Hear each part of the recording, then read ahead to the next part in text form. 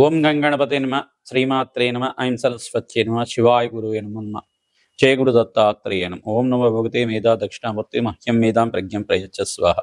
మాతృభ్యో పితృభ్యో ఋషిభ్యో గురుభ్యో నమో నమ. జయ గురు దత్తాత్రేయ నమ. ఓం గంగణపతే నమో నమ. యూట్యూబ్ ప్రేక్షకులందరికీ కూడా నమస్కారం అండి. నా పేరు పాలపర్తి గురునాథ్ శర్మ, జ్యోతిషం వాస్తు సిద్ధాంతిని.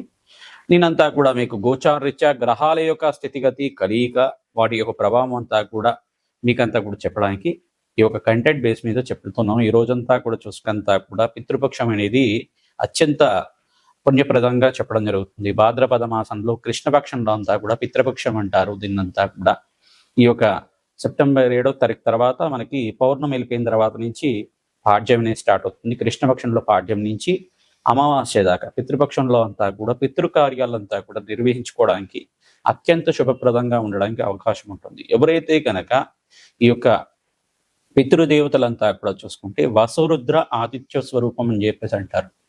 వసురుద్ర ఆదిత్య స్వరూపమైన పితృదేవతలంతా కూడా పితృపితామహ పరపితామహ సర్వై పితృణాం శాశ్వత మోక్ష సిద్ధి ప్రాప్త్యర్థం పరబ్రహ్మలోక స్థిరనివాసిత్యర్థం అక్షయ పుణ్యలోక స్థిరనివాసిత్యర్థం అని చెప్పేసి అని మన సంకల్ప విధానంగా చెప్పుకొని పితృదేవతలకంతా కూడా తిలతర్పణము మరియు శ్రాద్ధ కర్మలంతా కూడా నిర్వహించుకోవడం వల్ల అత్యంత పుణ్యప్రదంగా ఉంటుంది.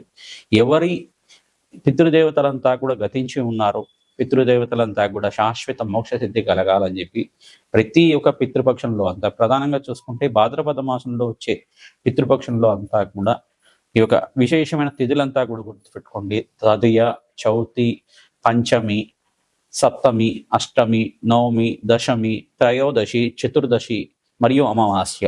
ఈ తిథుల్లో తప్పకుండా మీ పితృదేవతలు గతించిన తిథిని బట్టి కానీ మరియు పితృ అమావాస్య అంతా కూడా ఈ యొక్క భాద్రపద మాస అమావాస్య తిథి రోజు కానీ ఈ యొక్క అమావాస్య అంతా కూడా సెప్టెంబర్లో 21వ తారీఖు రోజున వస్తుంది. మనకంతా కూడా ఆదివారంలో వస్తుంది. మనకంతా కూడా చూసుకుంటే ఈ యొక్క పితృ దేవతలు ప్రీతికరంగా ప్రధానంగా చూసుకుంటే ఈ యొక్క పితృదేవతలు ప్రీతికరంగా తిలితర్పణాలు చేసుకోవడం కానీ మరియు పితృదేవతలు ప్రీతికరంగా మీరంతా కూడా శ్రాద్ధ కర్మలు నిర్వహించుకోవడం, పిండ ప్రదానం చేయడం, తిరపతర్పణం చేయడం మరియు స్వయంపాక దానం అనేది చేసుకోవడం, బ్రాహ్మణోత్వంకంతా కూడా వేద బ్రాహ్మణోత్వంకంతా కూడా సంకల్పపూర్వకంగా మీరంతా కూడా బ్రాహ్మణానం మమ దీవానం సాక్షాత్ నారాయణ స్వరూపాయ మహావిష్ణు స్వరూపాయ బ్రాహ్మణాయ అని చెప్పేసి అంటుంది. వేదమంతా కూడా వేద స్వరూపంగా, మహావిష్ణు స్వరూపంగా, బ్రహ్మస్వరూపంగా, ఈ యొక్క శివస్వరూపంగా బ్రాహ్మణంతా కూడా భావించి ఆ బ్రాహ్మణోత్మకంతా కూడా మీరు స్వయంపాక దానం ఇచ్చుకోవడం,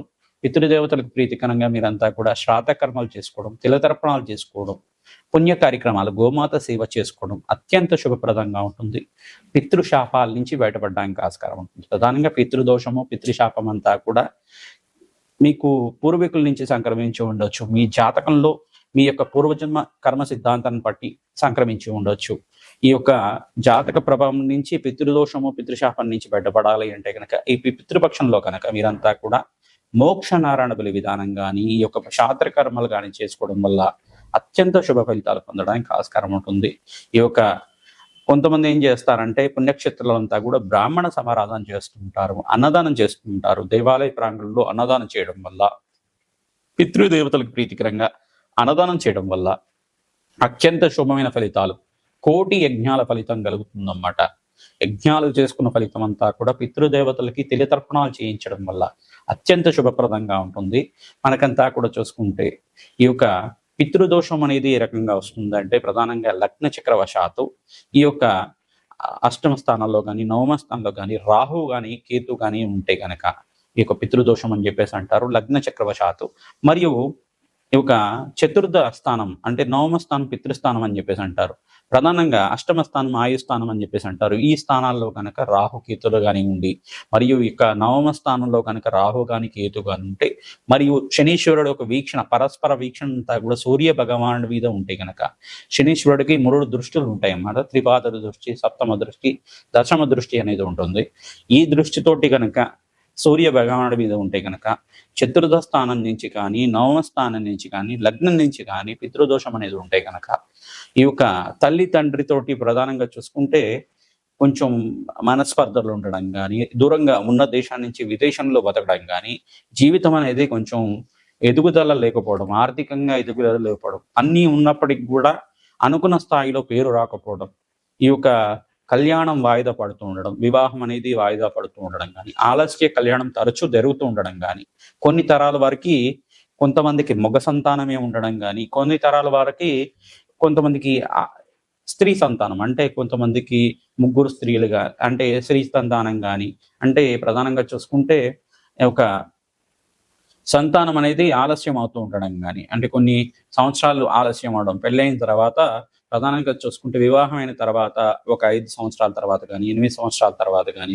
సంతానం అవుతూ ఉండడం కానీ, మిస్‌క్యారేజెస్ అవుతూ ఉండడం కానీ, ఇట్లాంటివి జరుగుతూ ఉంటాయి అన్నమాట. పితృదోషం, పితృశాపం ఉంటే గనక. పితృదేవతల ఆశీర్వాదం వరకే మనకంతా కూడా సంతాన యోగం సిద్ధిస్తుంది, వంశాభివృద్ధి కలుగుతుంది. ఇది అందరూ కూడా గుర్తుపెట్టుకోవాల్సిన విషయం. పితృదేవతల ఆశీర్వాదం ఉంటేనే వాళ్ళ అంశగా, వాళ్ళ యొక్క ప్రీతికరమైన అంశగా ఈ యొక్క సంతాన యోగం కలగడం, ఆ వంశాభివృద్ధి కలగడానికి కారకుడుగా జనించడం, మీకంతా కూడా జనించడం జరుగుతూ ఉంటాయి. పితృదేవతల ఆశీర్వాదం. కొంతమంది పిల్లలు చూస్తే పూర్వీకుల యొక్క తాత ముత్తాతల యొక్క పోలిక ఉందని చెప్పేసి పోలిక చూసుకుంటూ ఉంటారు. వాళ్ళ గుణగణాలు కూడా అవి వచ్చే విధంగా ఉంటుంది. వాళ్ళ గుణగణాలు కూడా ఈ యొక్క మీ తాతగారు ఈ రకంగా చేశారు, ముత్తాత గారు ఈ రకంగా చేశారు అని చెప్పేసి చెబుతూ ఉండడం కానీ జరుగుతూ ఉంటుంది. తద్వారా మీకంతా కూడా శుభమైన ఫలితాలు వచ్చే విధంగా ఏం పరిష్కారం చేసుకోవాలి, ఈ మహాలయ పక్షం అని చెప్పేసి అంటారు, మహాలయ పితృపక్షం అని చెప్పేసి అంటారు. భాద్రపద మాసంలో వచ్చే కృష్ణపక్షంలో అంతా కూడా ఈ పితృపక్షము అని చెప్పేసి అనడం వల్ల ఈ పితృదోషం నుంచి బయటపడడానికి అత్యంత శుభమైన మంచి రోజులుగా చెప్పడం జరుగుతుంది. పితృపక్షంలో మీరంతా కూడా ప్రధానంగా చూసుకుంటే ఈ యొక్క పితృకార్యాలు నిర్వహించుకోవడం వల్ల అత్యంత శుభ ఫలితాలు పొందుతారు. మేషాది ద్వాదశ రాశుల వాళ్ళు ఏ కార్యక్రమాన్ని చేసుకోవడం వల్ల, ఎటువంటి పితృదానాలు చేసుకోవడం వల్ల అత్యంత శుభ ఫలితాలు పొందుతారు. వ్యాపారం అభివృద్ధి కావాలన్నా, మరియు వంశాభివృద్ధి కావాలన్నా, శీఘ్ర కళ్యాణ యోగం కావాలన్నా పితృపక్షంలో తప్పకుండా మీ యొక్క పితృదేవతలు గతించి ఉన్నవాళ్ళు తప్పకుండా మీరంతా ఇక్కడ తెల్లతర్పణాలు చేసుకోవడం, శ్రాద్ధ కర్మలు ఆచరించుకోవడం, మరియు వసరుద్రాది స్వరూపంగా ఉన్న పితృపితామహ ప్రపితామహ ఎవరైతే గతించి ఉన్నారో, గతించి ఉన్న పూర్వీకుడి యొక్క సంబంధపానం అంటే బంధువులు ఎవరైతే గతించి ఉన్నారో వాళ్ళ పేర్ల మీద తర్పణాలు చేయడం, మీ పితృతిథి ఏదైతే ఉందో ఆ తిథి రోజున పితృదేవతలకు ప్రీతికరంగా ఈ యొక్క శ్రాద్ధ కర్మలు నెరవేర్చుకోవడం, అమావాస్య రోజునైతే కనుక ఎవరైతే గతించి ఉన్నారో పుణ్యలోకాల్లో ఉన్నారో వాళ్ళకంతా కూడా స్వర్గరకంలో స్థిరనివాసం ఉన్న పూర్వీకుల యొక్క పేర్లు చెప్పి వాళ్ళ యొక్క పేరు మీద అంతా కూడా తిలతర్పణాలు చేసుకోవడం, తద్వారా వంశాభివృద్ధి కలుగుతుంది. తద్వారా మీకు అంతా కూడా చతుర్దశి తేదీ రోజునంతా కూడా కొంతమంది ఋషి తర్పణాలు అని చెప్పేసి చేస్తూ ఉంటారు. ఇవన్నీ కూడా ఉంటాయి అన్నమాట. తర్వాత తర్పణాలు అని చెప్పేసి అన్నప్పుడు మనకి ప్రధానంగా అగ్నిదేవుడికి ఈ యొక్క ఇద్దరు భార్యలు అని చెప్పేసి చెప్పడం జరుగుతుంది. స్వాహాదేవి, స్వదాదేవి అని చెప్పేసి ఈ యొక్క స్వదాదేవి అంతా కూడా పితృస్థానానికి అధిష్టాన దేవతగా చెప్పడం జరుగుతుంది. స్వదాదేవి ఆరాధన చేయడం వల్ల పితృదేవతలకు అత్యంత ప్రీతిపరంగా పొంది పితృదేవతలంతా కూడా స్వర్గలోకంలో, వైకుంఠలోకంలో, బ్రహ్మలోకంలో, ఊర్ధ్వలోకంలో, పుణ్యలోకంలో స్థిరనివాసంగా ఉండడానికి ఆస్కారం ఉంటుంది. శాశ్వత శివలోక ప్రాప్తి కలగడానికి ఆస్కారం ఉంటుంది. మోక్ష సిద్ధి కలగడానికి ఆస్కారం ఉంటుంది. మనం చేసే పితృకార్యాల వల్లే పితృదేవతలకంతా కూడా ఆఖరి దప్పికలు లేకుండా ఉండడం, సకాలంలో వాళ్ళకి భోజనం అందడం కానీ జరుగుతూ ఉంటుంది. ప్రతిరోజు కూడా ఈ యొక్క అపరాహ్న కాలం అనేది ఉంటుంది. ప్రతిరోజు కూడా చూసుకుంటే 12 గంటల నుంచి 1:30 సమయం వరకు కానీ, 12:30 నుంచి మనకి 3:30 సమయం వరకు పితృపక్షం అని చెప్పేసి, అంటే అపరాహ్న కాలం అని చెప్పేసి అంటారు. 12:30 దాటిన తర్వాత అది అపరాహ్న కాలం అంటారు. ఈ అపరాహ్న కాలంలో అంతా కూడా పితృదేవతలు మీ యొక్క గుమ్మం ముందు వచ్చి ఉంటారు. వాళ్ళంతా కూడా మీరు పితృకార్యాలు ఏమైనా చేస్తున్నారా, వాళ్ళ ప్రీతికరంగా ఏమైనా వంటకాలు ఏమైనా చేసి వాళ్ళకి నివేదన చేస్తున్నారా, లేదు వాళ్ళని తలుచుకుంటున్నారా అని చెప్పేసి అని చూస్తూ ఉంటారన్నమాట. మీరు ఏం చేయాలంటే ప్రతిరోజు కూడా ఏదో ఒక సమయంలో ఈ యొక్క మధ్యాహ్నం పూట 12:30 దాటిన తర్వాత పితృదేవత తలుచుకోవడం కానీ, వాళ్ళకి నమస్కారం చేసుకోవడం కానీ, గతించి ఉన్న వాళ్ళకి ప్రధానంగా వాళ్ళకి నమస్కారం చేసుకోవడం కానీ చేస్తూ ఉంటే కనుక పితృదేవతలకు ప్రీతికరంగా వాళ్ళకి ఇష్టమైన వంటకాలు నివేదన చేసి మీరు ప్రసాదంగా భుజిస్తూ ఉంటే కనుక పితృదోష నివారణ జరుగుతుంది. ఎవరికైతే శీఘ్రంగా కళ్యాణ యోగం కావాలనుకుంటే కనుక వీళ్ళంతా కూడా పితృదోష నివారణార్థం ఈ యొక్క శ్రాద్ధ కర్మలన్నీ కూడా, దోష నివారణ పూజలన్నీ కూడా చేసుకోవడం వల్ల అత్యంత శుభ ఫలితాలు పొందడానికి ఆస్కారం. సంతాన యోగం, శీఘ్ర సంతాన యోగం కలగడానికి, ఆలస్య వివాహాల నుంచి బయటపడడానికి, పితృదోషాలు, పితృశాపాల నుంచి బయటపడడానికి, మాతృమూలకరమైన పితృదోషం నుంచి బయటపడడానికి ఈ యొక్క పితృపక్షం శ్రేష్టమైన పుణ్యపక్షంగా చెప్పడం జరుగుతుంది. పుణ్యక్షేత్రాల్లో కనుక శ్రాద్ధ కర్మలు ఆచరించుకోవడం అంటే మనకి సప్తపుణ్య స్థలాలు అని చెప్పేసి అంటారన్నమాట. ఈ యొక్క పుణ్యస్థలాల్లో అంతా కూడా ఆచరించుకోవడం, అనంత పుణ్యప్రాప్తి కలిగే విధంగా చేసుకోవడం. ఈ అయోధ్య, కాశీ, ఈ యొక్క మధుర మరియు ఈ యొక్క పాదగయ అని చెప్పేసి అంటారు. గయాస్థానంలో అంతా కూడా పితృశాస్త్ర కర్మలు ఆచరించుకోవడం. బ్రహ్మకపాల దగ్గర అయినా కానీ, విష్ణుపాదం దగ్గర అయినా కానీ, బీహార్ దగ్గర ఉంటుంది. ఆ ప్రాంతం దగ్గర పిఠాపురం దగ్గర చూసుకుంటే పాదగయ ఉంటుంది. కుక్కుటేశ్వర క్షేత్రం దగ్గర ఉంటుంది అన్నమాట. ఈ శ్రాద్ధ కర్మలు చేసుకోవడం. తెలంగాణ రాష్ట్రంలో చూసుకుంటే మనకి అల్లంపూర్ జోగులంత క్షేత్రం దగ్గర కూడా చేస్తూ ఉంటారు. ఈ శ్రాద్ధ కర్మలు ఆచరించుకోవడం, పిండ ప్రదానం చేయడం, నదీ ప్రవాహ ప్రాంతంలో అంతా కూడా చేయడం వల్ల అత్యంత పుణ్య ఫలితాలు పొందుతూ ఉంటారు. మీకంతా కూడా సకల గ్రహదోష నివారణ కలిగి, పితృదేవతల శాంతి కలిగే విధంగా ఎటువంటి పరిష్కారాలు చేసుకోవాలి, ఈ యొక్క పితృదేవతలంతా కూడా మోక్ష స్థానాన్ని కలిగే విధంగా ఎటువంటి పరిష్కారం చేసుకోవడం వల్ల అత్యంత శుభ ఫలితాలు పొందుతారో తెలుసుకుందాం.